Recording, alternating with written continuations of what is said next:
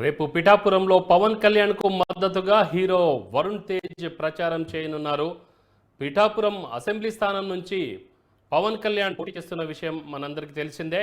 ఇప్పటికే పవన్ కోసం వివిధ టాలీవుడ్ నుంచి ప్రముఖులు కొంతమంది వచ్చి ప్రచారం చేస్తున్నారు.